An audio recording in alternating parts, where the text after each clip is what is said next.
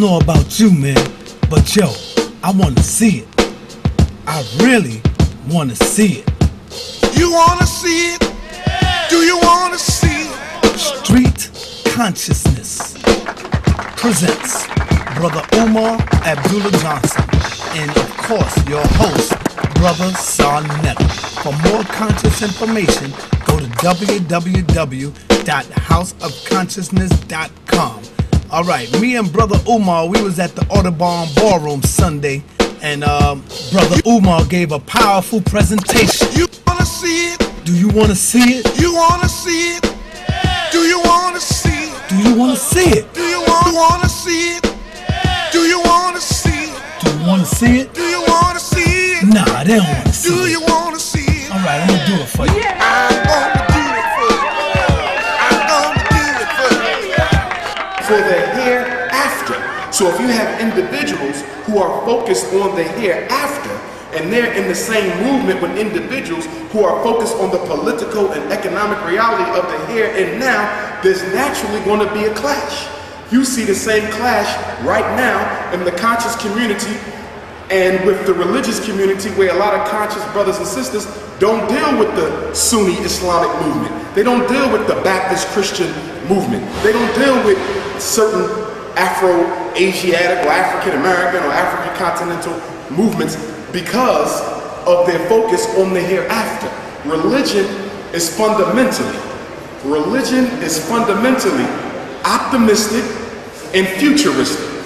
Religion is fundamentally optimistic and futuristic, which means religion is always going to give the enemy the benefit of the doubt, because religion teaches the essential good nature of humanity. That's right. And because religion teaches the essential good nature of humanity, it has been used to confuse Africans into believing that they can coexist with their enemy. So what do you say to those people, and I heard them many times, and I defended you, how people would say, well, brother, your name is Umar Abdullah Johnson. How is you talking all this red, black, and green, but you got the Arab's name on your back, or you got a slave master name? What do you say to that? That's a very good question. I would say the reason why my name is what it is because that's what my father named me. That was his consciousness at the time. I was not born Umar, I was actually born Jermaine. My mother named me after Jermaine Jackson of the Jackson 5, who was her #1 singer during the time of my birth. When they were married, my father changed my name to what it is today. So my mother gave me a European name, my father gave me an Islamic name, or should I say an Arabic name, but that only reflects the consciousness of where they are, and I don't blame them for that. Right. You ask me why I don't change it now. I would say I don't change my name for the same reason Marcus Garvey didn't change his name. I don't change my name for the same reason Amos Wilson didn't change his name. I don't change my name for the same reason that Bobby Wright didn't change his name. For the same reason that Professor John Henry Clark didn't change his name. Because we are Pan-African nationalists, and we are not concerned with the outward appearance of things. We are only concerned with a true revolutionary transformation in the quality of life and state of affairs for African people. You can look at the cultural nationalist community. They got the dashikis, they got the names, they got the locks, they got Egyptology down to a science, but where's their industries? Where's their institutions? Where's their innovations? They don't. So one day, will I consider changing my name? I might. Do I consider it to be important? Absolutely not. Why am I not going to change it? Because to change my name right now would give the false appearance that progress is being made. It's going to stay Umar Abdullah Johnson. And when African people finally create that independent nation to be centered on the continent, as Mr. Garvey sought out to do, then I'll change my name once the red, black, and green has been planted on the mountaintops of Africa. But like Dr. Wilson, a Pan-Africanist, like John Henry Clark, a Pan-Africanist, like Bobby Wright, a Pan-Africanist, we could care less about the names that we were given because we're trying to change the conditions under which we are living. Beautiful, beautiful. How does it feel, my brother, to be standing right next to the man? Well, it feels very good. Me and Malcolm got a lot in common. The name he died with ain't the name he was born with. The name I'ma die with ain't gonna be the name I was born with. Okay? He was a Muslim, I'm Muslim. He's a Pan-Africanist, I'm a Pan-Africanist. He believed in separating the religion from the politics. I believe in separating the religion from the politics. You know, so there's a lot of commonalities there, probably a few differences too, but I'm not going to highlight those. You know, but the one thing about Brother Malcolm that kind of inspires me was his sincerity. We've had a lot of good orators. We've had a lot of good thinkers. He wasn't the first good orator.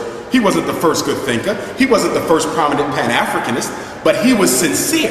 And if there's one thing that separates Malcolm from many of those of today, the new leadership, as you will, they're not sincere. Many of them are motivated by status, by ego, by fame, by money, by power, by control. But Malcolm was sincere. Both Malcolm and Dr. King, despite what people may think of them, they took a vow of poverty. They took a vow of poverty. And they said, if I have to die broke in order for progress to be made for my race, that's exactly what I'll do. Brother Umar Johnson has taken a vow of poverty. I'm a psychologist, I'm an educator, I'm a political scientist. I can get rich, but the work and message that I do is not traveling down the road that's going to get you rich. Okay, it's traveling down the road that'll get you somewhere else that we're not even going to mention. But that's what we do. Now, when you meet other brothers, because we know that there's different sects of Islam. Yes. So when you meet other brothers that's fanatics, do they look at you as a Muslim when they hear you speak? No, they don't. Right. In fact, many, I'm not going to say all, because I still have very good relationships with some African brothers in the Sunni Islamic movement. But there's many of them who have kind of kept their distance from me, and I've kind of kept my distance from them. For example, I'm not a regular mosque-going Muslim. Right. You don't catch me in Juma on Friday that often. I go once in a while to politic with my black brothers and sisters, but I'm not really an active member of any masjid. And the reason why that is because I don't know of any African or African-American masjid that actually puts as much emphasis on political organization and political change and economic development in the African community than they do on spreading the dogma of their religion. So in other words, if you dedicate yourself totally to the masjid, then you are also, okay, by virtue of doing that, excluding yourself from the conscious community, because there is no consciousness in Sunni Islam.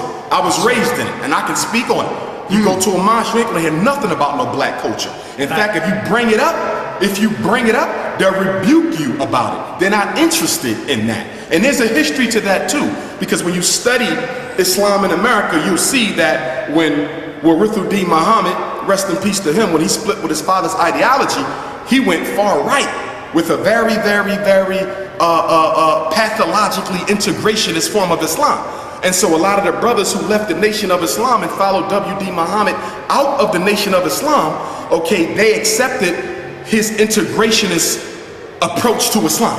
And I think that was one of the, and none of us are perfect, but I think that was one of the mistakes that W.D. Muhammad made in taking black consciousness almost totally out of Islam. And so today, the average African-American Sunni Muslim wants nothing to do with blackness, nothing to do with his Africanity, nothing to do with consciousness, Pan-Africanism. But you know what, Brother Umar? I find that not only do the Muslim want nothing to do with that, even the Moors who claim to be Muslim too. There's a lot of Moorish brothers that will tell you, no, I'm not black, I don't deal with the African stuff. Exactly, okay. Well, here's the thing. The Moors are not a homogenous group, and so I wouldn't want to lump them. Because I know Moors who identify with the Africanity. I know Moors who use the red, black, and green flag. And then I know some Moors who actually exhibit the same mindset that you just spoke of, where they are anti-Africanity. Right. So for the ones who are totally anti-Africanity, I can't get down with that. Yeah, you're right. Not all of them is like that. You're right. Exactly. Not all of them are like that. Exactly. You know, and there's a lot of deep thinking, positive brothers in the Moorish movement. So you got to kind of categorize, you know, but here's the issue. Anything that takes me away from who I am, I can't be involved with it. Anything that takes me away from who I am, I can't be involved with it. And one of the big problems with religion, and this is why Brother Malcolm always said, leave religion at home. One of the big problems with religion is the way it's been taught. See, everything is neutral. Everything is neutral. It's how you use it. But the way religion has been taught to black people is to make them think that it's supposed to replace their culture, which is one of the biggest misinformations we've learned in our sojourn in America. You can't take 2 billion years of African culture and exchange it, okay, for 1,500 years of Islam or 2,000 years of Christianity. Who in their right mind would give $2 billion for $2,000? It doesn't make sense. But religion wasn't even designed to replace culture. Religion was only designed to replace culture when religion was used as a weapon by conquerors and invaders to colonize the people. That's when they started exchanging religion for culture. Prior to religion becoming a handmaiden of conquerors, you could have your culture and you could have your religion. You see, but with the rise of white supremacy, religion became another tool. So you send in the missionary and then you send in the military. They do the same thing in the black community today. They send in the faith-based initiative money to the black churches and the black masjids, a program that was engineered by former President George Bush, where he found a way to give religious institutions tax dollars. So now we have the FBI, the new FBI, faith-based initiative. So they send the money in, and then once you take the money, they then send in the political agenda.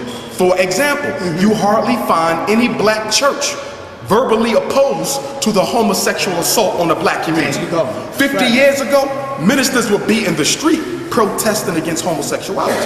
But now that they're getting that money, everybody's quiet on the issue. You cannot take your enemy's money and use it to fight your enemy. According to your understanding of Islam, being that you've been in it all your life, do you see racism in Islam? Of course there's racism in Islam. And if so, how come the rest of our brothers don't see it? Are they, I mean, because you can talk to the average Muslim brother from America, I ain't talking about our African brothers, but they refuse to see it, brother.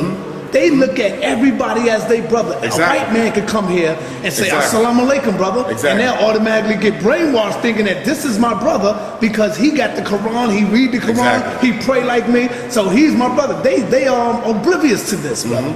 Well, the reason why that is, Brother Sarnetta, is because in the post-slavery era, most black people have been taught that their religious identity supersedes their racial identity. The average black child is taught that, whether they're Christian, Muslim, Hebrew, regardless of the faith, they're taught to identify primarily with religion. Race is either secondary or totally non-important. So as the African baby grows up, they see themselves as a Muslim only, as a Christian only. I always give the parable that if you line up three people, three children, and one of them is Chinese, and one of them is English, okay, from the United Kingdom, and you line up a Negro child and you ask them who they are, the Chinese man, who may be a Muslim, is going to say, I'm Chinese.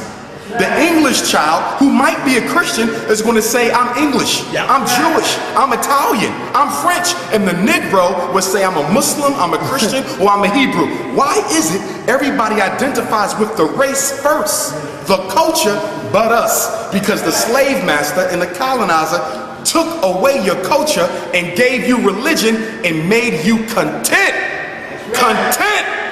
with the colonizer's interpretation of your faith. So what we have to do, going back to Garvey, going back to what Malcolm taught coming from Marcus Garvey, we have to start raising our children with an African consciousness. If you want to give them religion, make sure they keep it secondary. But religion is not more important than race. It never has been and it never will be. When Muslims of other races come to America, they use the numerical numbers of African American Muslims to gain a political and economic foothold, Brother Sarnetta. I see it. They use them to get the gas stations. They use their know-how so they can build the supermarkets, and then they don't do nothing for the Africans who they just use to help them get an economic or political foothold here in the United States. That's because of religious identity. Get rid of the religious identity and pick up race first. Marcus Garvey said, quote, in a world of wolves, one should go armed.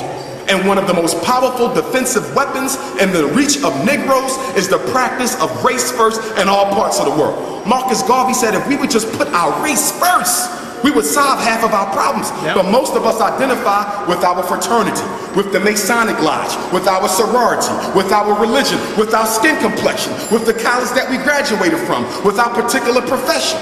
Look at the black bourgeoisie. Most of them identify with their profession and their status. They don't deal with race at all. And so what we have to do, again, raise the children to be Africans first and members of religion second. And if we can't do it, if we cannot put race before religion, then get rid of religion altogether. Because there is absolutely no proof in the post-slavery era to show that any religion, any of them, have benefited the political and economic progress of black people. Not a single one. Beautiful, brother. Thank you, Brother Umar.